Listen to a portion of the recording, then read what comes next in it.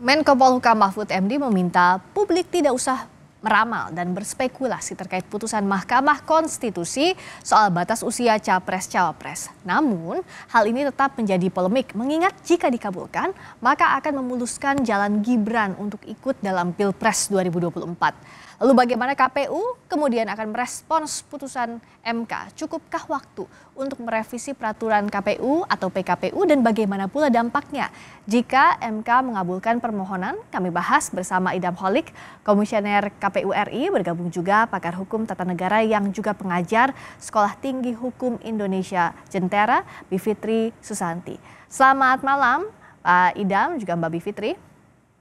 Selamat malam, Selamat malam, Mbak. Selamat malam.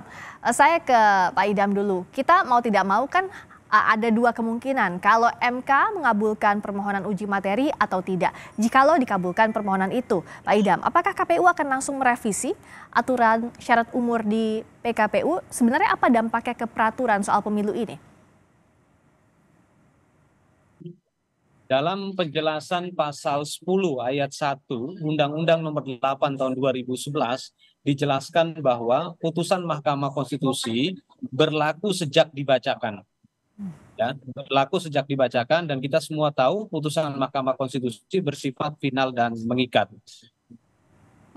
Dan tentunya ya kami sebagai penyelenggara pemilu dalam konteks prinsip berkepastian hukum, kami tidak masuk dalam polemik tersebut dan kita tunggu saja Mahkamah Konstitusi pada tanggal 16 sesuai dengan jadwal yang telah diinformasikan. Mahkamah akan membacakan putusannya. Oke, putusan MK itu kan berlaku final mengikat saat dibacakan. Tapi saat itu sudah dibacakan berlaku putusan MK-nya untuk disesuaikan ke PKPU cukup waktu atau tidak?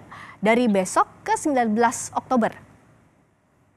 Ya, tentunya kami akan berkomunikasi dengan pembentuk undang-undang karena memang berdasarkan pasal 75 ayat 4 Undang-Undang Nomor 7 tahun 2017 kami diwajibkan untuk konsultasi, tetapi kita ketahui situasi ini memang pendaftaran dimulai tanggal 19 sampai dengan tanggal 25 Oktober 2023 dan tentunya kami sebagai penyelenggara pemilu sekali lagi tidak bisa melakukan komentar lebih lanjut dalam hal-hal yang sifatnya spekulatif.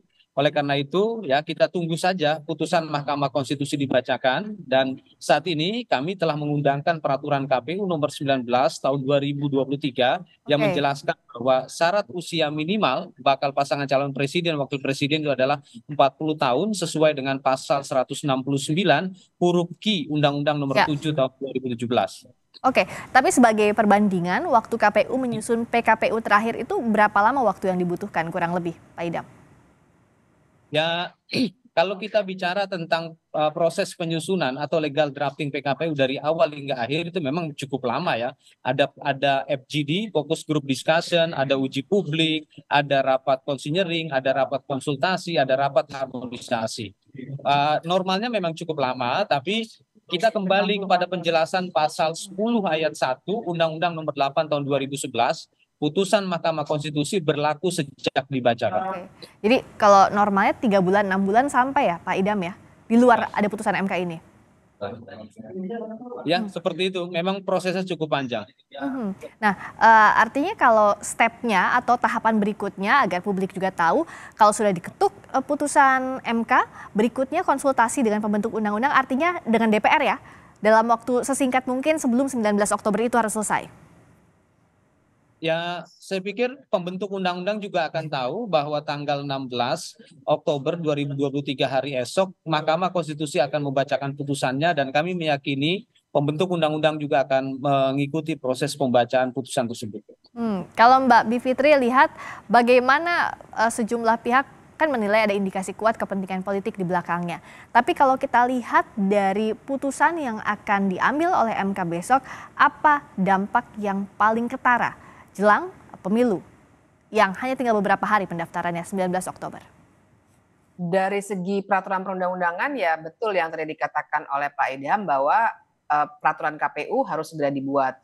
Jadi biasanya memang kalau dalam konteks yang seperti ini sebenarnya draftnya sudah bisa agak lebih lama sebelumnya disiapkan, ada alternatif begitu ya. Nah, tapi yang harus diperhatikan juga kan MK itu sebenarnya bisa saja memutus misalnya ya, kita belum tahu sama sekali nih, soalnya yang tahu ya hanya 9 orang hakim itu ya sampai detik Betul. ini.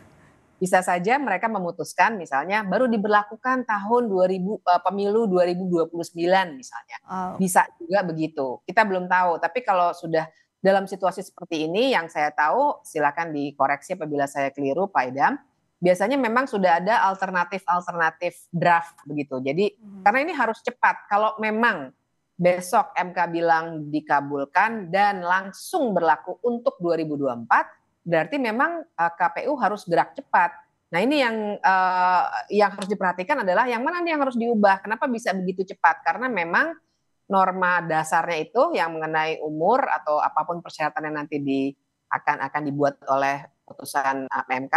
Tapi peraturan KPU nanti akan mengatur teknisnya. Jadi misalnya untuk misalnya umur begitu, Ya. berarti apa yang harus disampaikan? Misalnya kan akta kelahiran misalnya ya. Ya. Kemudian kalau terkait dengan pernah menjadi wali kota, berarti harus para calon nanti harus menyerahkan dokumen apa? Karena tugas KPU adalah nanti memverifikasi semua dokumen itu ataupun memverifikasi semua syarat itu baik dokumen maupun faktual supaya nanti bisa ditentukan apakah memenuhi syarat atau tidak memenuhi syarat. Jadi peraturan KPU nanti isinya seteknis itu, Mbak Friska. Ya, soal teknis tadi yang dijelaskan oleh Mbak Bivitri, Pak Idam, selain itu apakah ada yang lain lagi yang terdampak pasca putusan MK ini? Kalau memang berubah dari aturan sebelumnya? Ya, kami belum tahu ya putusan Mahkamah Konstitusi itu seperti apa. Jika iya, Mbak Bivitri. jika dikabulkan? Iya Mbak, gimana Mbak? Jika dikabulkan, apa peraturan teknis yang diantisipasi akan berubah secara teknis ya? Tentu kan sudah ada bayangan ya terkait dengan syarat umur ini. Yang dikabulkan itu maksudnya seperti apa ya Mbak? Putusan MK-nya jikalau dikabulkan 35 tahun minimal sesuai dengan apa yang dimohonkan oleh para pemohon. Ya, kami belum bisa berkomentar lebih lanjut sebelum putusan Mahkamah Konstitusi dibacakan. Kalau kita bicara tentang usia, bisa kita lihat kembali dalam pasal 5 huruf O Undang-Undang Nomor 42 tahun 2008, ya, di mana dahulu persyaratan bakal pasangan calon presiden dan wakil presiden ketika undang-undang yang lama itu adalah 35 tahun. Jadi wacana 35 tahun itu bukan hal baru. Di Undang-Undang Nomor 42 tahun 2008 itu sudah diatur. Tetapi di Undang-Undang Nomor 17 Undang-Undang Nomor 7 tahun 2017 itu diubah ke 40 tahun karena memang sepengetahuan kami yang namanya usia itu open legal policy. Seperti itu. Nah, berkaitan dengan pertanyaan-pertanyaan spekulatif, kami sebagai penyelenggara pemilu yang harus patuh pada prinsip berkepastian hukum, jadi kami belum bisa respon lebih lanjut. Yang jelas ya, kami harus mengedepankan prinsip berkepastian hukum, ya khususnya penjelasan pasal 10 ayat 1 Undang-Undang Nomor 8 tahun 2011 yang dimana putusan Mahkamah Konstitusi berlaku sejak dibacakan. Oke, nah kenapa tetap harus saya tanyakan tadi? Karena kan mau tidak mau publik akan berhadapan dengan apa kemungkinan putusan MK besok. Meskipun kami menghargai kalau Pak Idam tidak mau berspekulasi dulu di layar ini, tapi ya mau tidak mau harus kami tanyakan. Saya ke Mbak Bivitri kalau gitu. Tadi disebutkan juga soal open legal policy. Kalaupun kita lihat putusan MK sebelumnya terkait batas usia ini kan MK selalu menolak. Apa dampaknya yang paling signifikan terkait kebijakan ini kalau sekarang dikabulkan, Mbak Bivitri? Ada dua paling tidak ya, yang langsung pastinya berarti satu-satunya hambatan bagi seorang cawapres yang namanya sangat santer disebut-sebut dan di bawah usia 40, yaitu Gibran, jadi akan hilang hambatan itu gitu ya. Jadi kalau koalisi menginginkan, ini kita juga mesti spekulatif kan Mbak, maksudnya kalaupun MK besok mengabulkan tapi ternyata koalisi tidak jadi atau Pak Jokowi atau Gibrannya sendiri menolak, berarti kan juga sebenarnya dia tidak akan maju. Tapi paling tidak itulah artinya nanti kalau sudah besok dikabulkan oleh Mahkamah Konstitusi, satu-satunya halangan itu akan tercabut, berarti kalau memang mau diajukan Gibran bisa maju. Tapi yang kedua juga dampaknya adalah pada masa depan MK kita. Karena orang jadi akan punya asosiasi bahwa oh berarti MK itu memang punya problematika etik yang luar biasa sehingga ada kekhawatiran saya duga ya, paling tidak bagi saya kira ini banyak sekali di kepala banyak orang Indonesia saat ini, jangan-jangan nanti pada saat sengketa hasil Pilpres yang juga pasti akan sangat ketat tuh, kita sudah punya pengalaman berkali-kali kan, di hasil akhir itu ada sengketa, itu akan diputuskan oleh MK. Jadi ada kekhawatiran apakah MK benar tidak terlalu politis atau tidak. Karena kalau besok dikabulkan berarti MK sudah sangat-sangat politis. Karena memang betul selama ini yang namanya usia apapun sampai usia hakim pun, usia jaksa, usia calon bupati, gubernur dan lain sebagainya, itu semua biasanya disebut dengan open legal policy atau kebijakan hukum terbuka yang harusnya dibuatnya oleh pembentuk undang-undang, DPR dan pemerintah, bukan oleh lembaga yudikatif.